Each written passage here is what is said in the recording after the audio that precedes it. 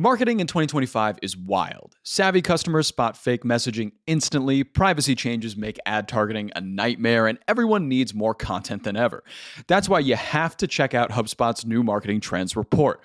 It doesn't just show you what's changing, it shows you exactly how to deal with it. Everything's backed by research, but focused on marketing plays you can use tomorrow. You ready to turn marketing hurdles into results?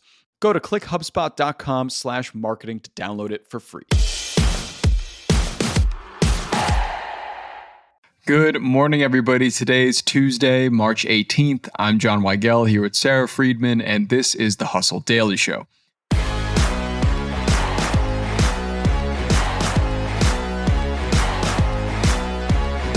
Have you ever thought about getting your oat milk in reams rather than cartons? Well, plant-based milk company Milkadamia has. Physics be damned, the company is straight up printing oat milk. So why is Milkadamia doing this? What benefits does it have? And can the company scale this model into big sales? We'll chat about that in a bit, but first let's give the hits and headlines in business and tech.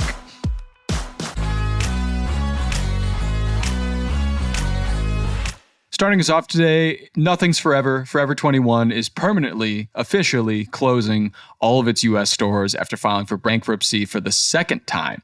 While the retailer might be going out of fashion, it had over $4 billion in sales at its peak and employed over 43,000 people. I really thought they were never going away, so this is a very sad day.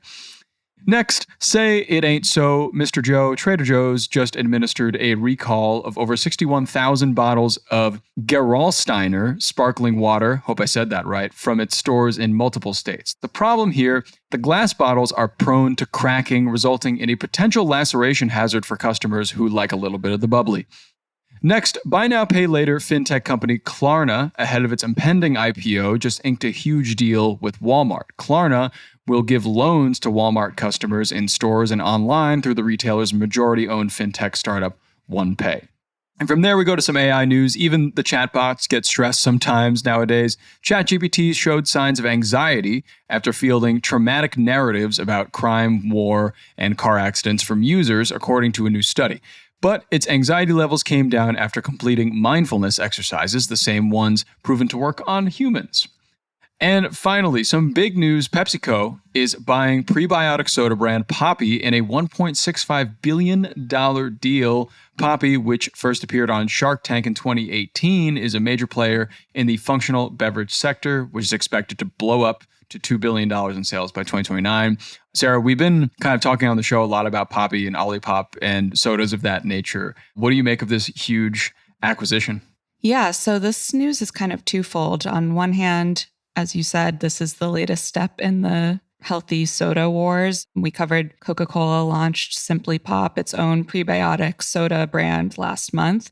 And then it's also a sign of the times and the continuation of Pepsi's move into healthier categories. They bought Siete Foods, which makes gluten-free chips, for $1.2 billion. Wow. They acquired the remaining half of Sabra Hummus late last year. So clearly they're trying to get into the healthier or better for you, as they say, snack category and drinks. But yeah, really interesting on the prebiotic front, especially because I came across the stat that only around 5% of consumers even drink prebiotic sodas regularly. So it's interesting to kind of see this frenzy happening over something that's still waiting on kind of more widespread adoption, but clearly people are banking on the fact that it will catch on. Yeah, I mean, I sure think so. I mean, they're having a lot of success without Pepsi, but also Coke tried to buy them, apparently, in 2024 as well. So they've kind of been an eligible bachelor for a little while, but they've been working their way into stadiums. And you got to imagine that with Pepsi now, they're going to be all up in there, probably movie theaters, stadiums, the whole nine. So excited to see some healthier soda options, I guess. I'm not a soda person, but, you know, if you are, Sara, maybe you could partake. Yeah, I think they're about to be everywhere. So we're all going to get like a very healthy dose of prebiotics, I think, whether we like it or not. We're all going to be so healthy, I'm sure.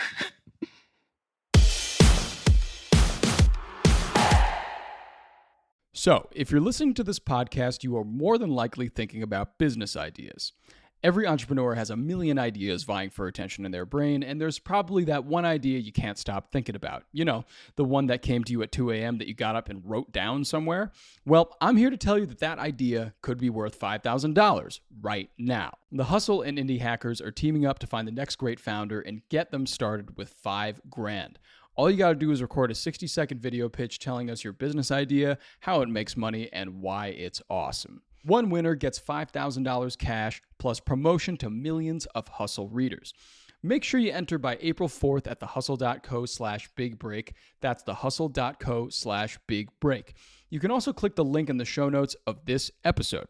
The winner will be announced on April 11th right here on the Hustle Daily Show, the Hustle newsletter, and on the Hustle's social accounts. Now get to pitching.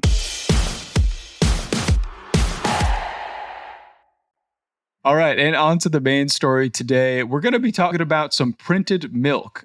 This company, Milkadamia, is 2D printing milk in sheets. I want to get to the bottom of this as soon as possible. So, Sarah, what's up with this whole thing? What are they doing and why are they doing it? Yeah, so Milkadamia is a milk brand, which previously was just focusing on milk as we know it, liquid in a carton made from macadamia nuts. And they are launching something called a flat pack, and that's going to be a square sheet of oat milk. So we're moving into a whole different state of matter here. And they turn the oat milk into sheets using this proprietary 2D printing process. And each sheet makes 8 fluid ounces of oat milk, but you would need to either blend it with water or you can leave it in the fridge overnight, soaking for easier mixing. But you can essentially tear it like a sheet of paper and make just the quantity of milk that you need, the same way that you would pour milk out of a bottle. Obviously, it begs the question, why do we want milk to be flat and in sheets? Yes. A big part of that is about sustainability. This cuts out the need for traditional cartons, and it's bringing the company closer to its goal of lowering packaging waste by up to 94%. And it also lowers the packaging weight by 85%. So these vacuum sealed packs are 10 times lighter than the average 2-pound carton of milk. Yeah, I mean, that I think is the big thing here with the sustainability factor, because this idea sounds so crazy, but it sounds like the string cheese of today a little bit with putting something in a different form and marketing it. But I see the sustainability side, but is packaging waste normally a huge problem, especially in like the product industry? Yeah, it's a huge problem. So packaging waste just for food generates more than 78 million metric tons of plastic waste annually, and only 14% of that is getting recycled. So I think particularly when we're looking at food and beverage, the packaging actually makes a massive impact. So anytime that we could be removing any cardboard or plastic or making anything lighter, that would at scale make a noticeable difference. And are they the first company to think of this innovation and apply it, or has there been others previously? And how did they fare, if there were? Yeah, so there was a German company called Vegans. They licensed the tech from a company called VD Prints, which is a 2D printing company that focuses entirely just on anything that you need to be flat. They make it. Wow. So Vegans has already created oat milk sheets. So Milkadamia isn't the first to do it, but the first in the US. That's a German company. And then outside of the milk category, there was a company called Slice of Sauce. It was actually a Shark Tank product that actually never made it to the market, but they were creating a dehydrated condiment line. So similarly, sheets of ketchup that you could throw on your burger instead of something in a bottle. So kind of same idea applied to a different food product, but there are not many others that have done this. I think possibly because consumers might be a little scared of this. Okay, so even though it is cutting a lot of the packaging out of it and it's probably a lot more sustainable, it forces people to adopt to a new way of having milk in the morning or whenever they would have it. Now, what I want to know is the expiration date better? Does it last longer in the fridge?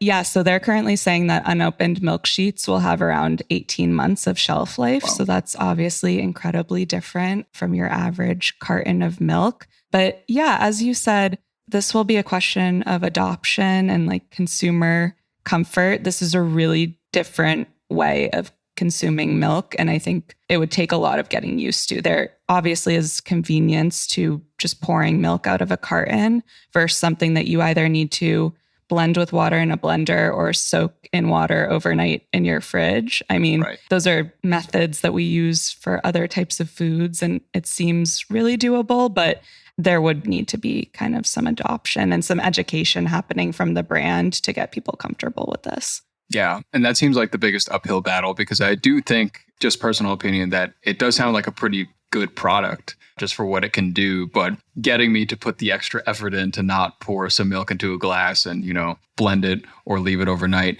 might be a lot. So it'll probably take a bit for people to wise up to it. Yeah, according to a recent Nielsen report, 92% of shoppers consider sustainability an important factor when choosing a brand. Mm-hmm. So I think that there's at least that push happening. So maybe even if something is a little more effort, it might cancel out if people are really prioritizing sustainability when they shop. Yeah, sounds like a great product for Gen Z and Gen Alpha, maybe. Yeah, maybe if they can find the extra time. Yeah.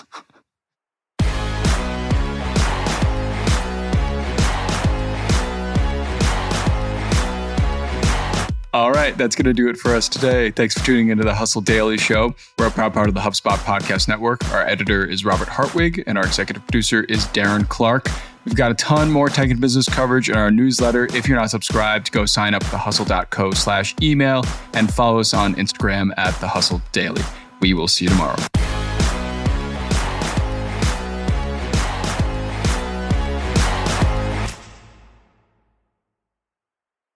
Hey, everybody. I've been listening to this awesome podcast lately. You know it. You love it. My First Million, hosted by Sam Parr and Sean Puri, is brought to you by the HubSpot Podcast Network, the audio destination for business professionals. My First Million features famous guests like Alex Hormozi, Sophia Amoruso, and Hassan Minhaj, sharing their secrets on how they made their first $1 million and how to apply their learnings to capitalize on today's business trends and opportunities.